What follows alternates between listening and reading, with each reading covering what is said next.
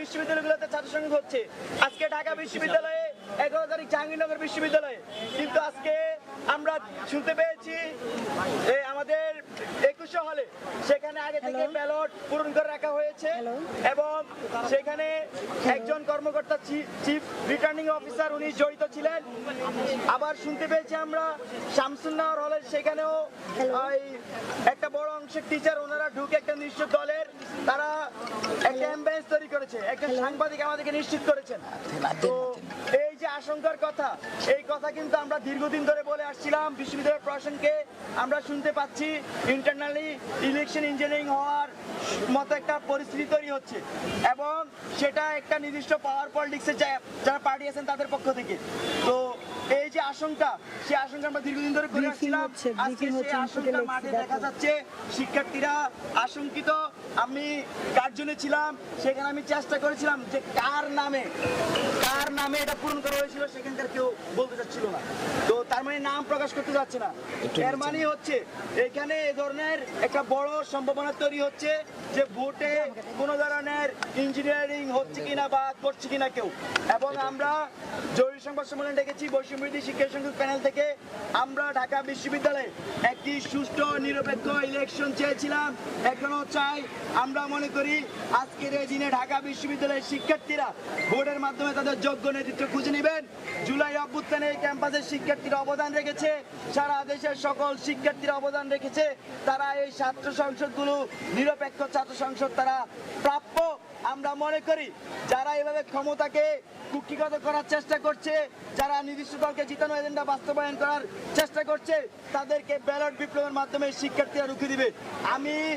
আমরা আরো প্রায় 10 দিন আগে থেকে আশঙ্কাটি জানিয়ে আসতেছিলাম। আমরা শুনতে পেয়েছি প্রতিটি হলে 300 করে ভোট কনভার্ট করবে নাকি। তাহলে 5600 ভোট যদি কনভার্ট করে তাহলে ওনাদের ভিপি জিতে ফেলতে পারবে। তো আজকে এই ধরনের এজেন্ডা কতটুকু বাস্তবায়ন করতেছে এটা আপনাদেরকে খতিয়ে দেখার জন্য সকল সাংবাদিক বন্ধুদেরকে আহ্বান জানাচ্ছি। আর আমরা দেখেছি এই যেখানে বুথ ইলেকশন কেন্দ্র, যেটা নির্বাচন কেন্দ্র, সেখানে একটি নির্দিষ্ট দলের এজেন্ট সংখ্যা অনেক বেশি দেওয়া হয়েছে এবং সেটার জন্য শিক্ষার্থীরা আশঙ্কা প্রকাশ করছে। সবকিছু মিলিয়ে আমরা এখনো আশা রাখতে চাই এই ইলেকশনে যে ধরনের কলঙ্ক তৈরি হচ্ছে সেটা আপনারা খুঁজে বের করবেন এবং বের করে জাতির সামনে উপস্থাপন করবেন কারা ক্ষমতাকে চুরি করতে চায়। আমরা দেখেছি হাসিনা ক্ষমতাকে চুরি করতে গিয়েছিল, আমরা দেখেছি হাসিনা রাতের ভোট করেছে, আমরা দেখেছি হাসিনা ইলেকশনে ডামি ইলেকশন করতো। আমরা হাসিনার এই আমলটা বেশি দিন হয় নাই যে আমরা পার করে এসেছি। নতুন করে যদি কেউ এরকম করতে চায় তাহলে ঢাকা বিশ্ববিদ্যালয় আবার অভ্যুত্থান হবে। এই ঢাকা বিশ্ববিদ্যালয় জুলাই মাসে সবার অভ্যুত্থান হয়েছিল ছাত্রলীগের বিরুদ্ধে। নতুন করে ঢাকা বিশ্ববিদ্যালয় অভ্যুত্থান করতে খুব বেশি সময় লাগবে না। আর যদি জাতীয়ভাবে কেউ এই ধরনের সাথে জড়িত থাকে তাদের বিরুদ্ধে আমরা আজকে এখানে সংগ্রাম ঘোষণা করছি। আমরা আপনাদেরকে সাংবাদিক বন্ধুদেরকে আহ্বান করছি, আপনারা জিনিসটা আরো খতিয়ে দেখেন বিস্তর, কোথায় এই ধরনের কারচুপির সাথে কে জড়িত বা এটা হচ্ছে কিনা আর কতটুকু হচ্ছে। ধন্যবাদ সবাইকে। অভিযোগ করেছেন 300 ভোট কনভার্ট করার ব্যাপারটা, এটা কত মানে এটা আপনার ইয়াটা কি আসলে সোর্সটা কি, এটা স্পেসিফিক কোনো ইয়ে আছে আপনার? আর অভিযোগ করেছেন তারা প্রত্যুত্তরে কি বলেছে? আজকে আমি একটু আগে এই প্রাথমিকভাবে আমি চিফ রিটার্নিং কর্মকর্তা যিনি তার সাথে কথা বলেছিলাম। স্যার বলেছেন তিনি বিষয়টা অবগত, কিন্তু কারা করেছে সেটা তিনি অবগত না। কিন্তু পরবর্তীতে আবারও স্যারের সাথে আমি কথা বলবো, এখন বুঝার চেষ্টা করছি কি হবে। আর হচ্ছে আমাদের জায়গা থেকে যে আশঙ্কা আমরা আগে করছিলাম তার একটা প্রতিফলন যখন আমরা ফিল্ডে দেখেছি, এটাই সবচেয়ে বড় আশঙ্কা শিক্ষার্থীদের মধ্যে তৈরি করেছে। কারণ এই জিনিসটা কিন্তু শিক্ষার্থীরা এই সংকটটা করছিল। এখন আপনাদের মাঝে কথা বলবেন আমাদের বৈষম্যবিরোধী শিক্ষা সংসদ প্যানেলের ভিপি পদপ্রার্থী আব্দুল কাদের, 9 দফার ঘোষক আব্দুল কাদের। সাংবাদিক বন্ধুগণ, আপনারা জানেন আজকের এই ডাকসু গণ অভ্যুত্থানের ফসল। গণ অভ্যুত্থানের অন্যতম আকাঙ্ক্ষা ছিল প্রত্যেকটা শিক্ষা প্রতিষ্ঠানে ছাত্র সংসদ কার্যকরে শিক্ষার্থীদের দাবি দেওয়া স্বার্থে জায়গাটা সমুন্নত রাখা।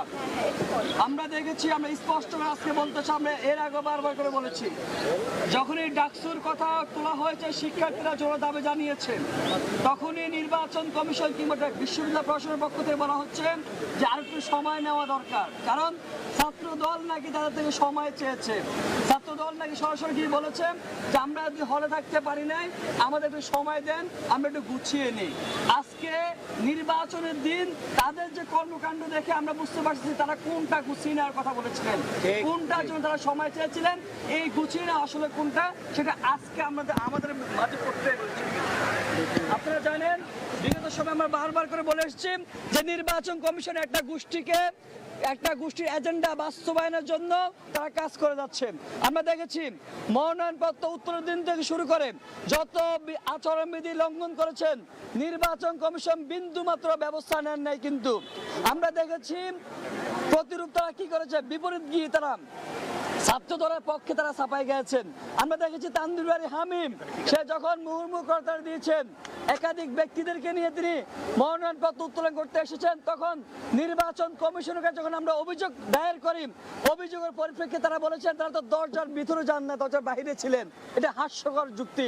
আমরা দেখেছি যে হুটহাট করে আমাদের মনোনয়নপত্র উত্তোলনের দিন যখন সময় শেষ হয়ে গিয়েছিল, কারোর সাথে যোগাযোগ না করে শুধুমাত্র ছাত্র দলকে সুযোগ দেওয়ার জন্য নির্বাচন কমিশন রাতে 9:30টার দিকে তারা একদিন সময় বাড়িয়ে দিয়েছিল। এই অহিকত থেকে লন্ডন থেকে নাকি অন্য কোনো জায়গা থেকে সেটা আমাদের আজকের অবস্থাকে আমরা বুঝতে পারতেছি।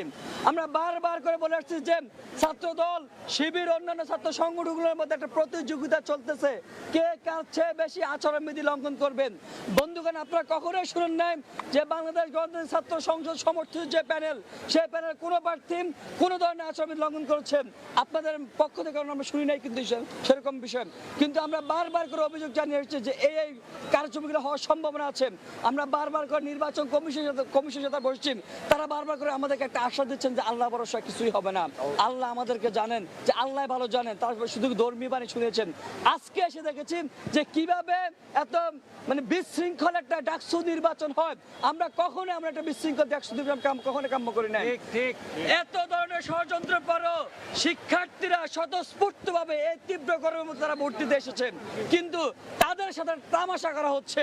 নির্বাচন কমিশন সর্বোপরি একটা গোষ্ঠীকে তারা সার্ভ করে যাচ্ছেন। তারা বলেছেন ভোট কেন্দ্র সুষ্ঠু থাকবে, নিরাপদ থাকবে, কিন্তু আমরা দেখেছি যে এই যে প্রার্থীরা, ছাত্র দলের প্রার্থীরা বিশেষ করে একদম ভোট কেন্দ্রে 100 মিটার ভিতরে ঢুকে, আরে ভাই আপনি একদম দরজার ভিতরে ঢুকে, কেন্দ্রের ভিতরে ঢুকে।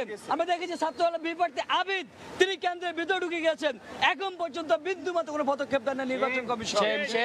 আমরা দেখেছি ভোট কেন্দ্রের ভিতরে ঢুকে প্রার্থীরা বারবার করে টানা হেসা করছেন, ভাই আমারে ভোট দেন, ভাই আমারে ভোট দেন। এগুলা কি ভাই? এই যে পরিস্থিতি তৈরি হচ্ছে, আমি রাব্বানি স্যারকে ফোন দিলাম যে স্যার এমন পরিস্থিতি তৈরি হচ্ছে, আপনাদের লোকবল কোথায়, আপনারা কোথায়? বলেছেন না কোনো কিছু নেই, আমি তো এখানে আসছি। বলছে আমি তো আছি, আপনি কই? বলেছেন আমি আসছি, লেট হবে। দেখো এই হচ্ছে পরিস্থিতি, তারা বারবার করে ডিলেমা দিচ্ছেন। আমরা দেখেছি এই যে এমপিএলে ভর্তি করে বারবার করে, আমরা দেখেছি আতাত হচ্ছে যে আমাদেরকে এমপিএল দিলে আমরা ডাকসুতে আসবো। আজকে বুঝতেছি যে এমপিএলে ভর্তি হয়ে আদু ভাইরা কিভাবে কারচুপি করতেছে, নির্বাচনকে ইঞ্জিনিয়ার করতেছে এমপিএল আদু ভাইরা।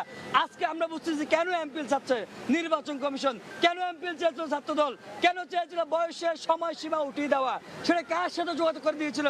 আজকে সবকিছু একদম স্পষ্ট হয়ে যাচ্ছে। প্রার্থী না হইতে পারলো, কিন্তু আজকে ইঞ্জিনিয়ারিং করতে আপনি দেখেছেন এই যে বয়সের সময়সীমা তুলে দিয়ে যাদেরকে ভোটার তালিকা অ্যানলিস্টেড করা হয়েছিল, তারাই আজকে মূলত এই ভোট কেন্দ্র ইঞ্জিনিয়ারিং করতেছে। নির্বাচন কমিশন কিংবা বিশ্ববিদ্যালয় প্রশাসন শুধুমাত্র নীরব দর্শকের ভূমিকা পালন করতেছেন। আমরা এত অভিযোগ করতেছি, নিয়ম শৃঙ্খলা বিন্দু মাত্র বানায় নাই, কেউ নিয়ম শৃঙ্খলা মানতেছেন না। নির্বাচন কমিশন বারবার করে বলে আসছেন যে আমরা লাস্ট দিন অন্তত নিয়ম শৃঙ্খলা শিথিলতা দেখাবো না। আমরা আপনাদেরকে নির্বাচন কমিশনকে বারবার বলেছি, সংবাদ মাধ্যমের মধ্য দিয়ে বলেছি যে ভাই নির্বাচন কমিশন এর আগে যতগুলো আচরণবিধি সেট করেছেন তার বিন্দু মাত্র তারা কোনো কিছু পালন করতে পারেন নাই, বাধ্য করতে পারেন নাই। যারা অমান্য করেছেন তাদেরকে আইনে আওতা আনতে পারেন না, ব্যবস্থা নিতে পারেন নাই। তারা নির্বাচন কি করবেন? আমরা এটা আশঙ্কা জানিয়েছিলাম।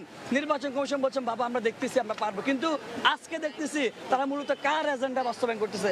কোত্থেকে ওই আসে আবার মনোনয়নপত্র উত্তোলনের দিন বাড়ে, কোত্থেকে ওই এসে এমপিএল ভোটাধিকার বাড়ে, কোত্থেকে ওই এসে আদুবাইদেরকে নিয়ে এসে নির্বাচনকে ইঞ্জিনিয়ারিং করা হয়। এটা আজকে সবকিছু স্পষ্ট। বন্ধুগণ, আমরা এমন কোনো ডাকসু চাই না। এত বড় গণ অভ্যুত্থানের পরে এমন ডাকসু কখনোই কাম্য না।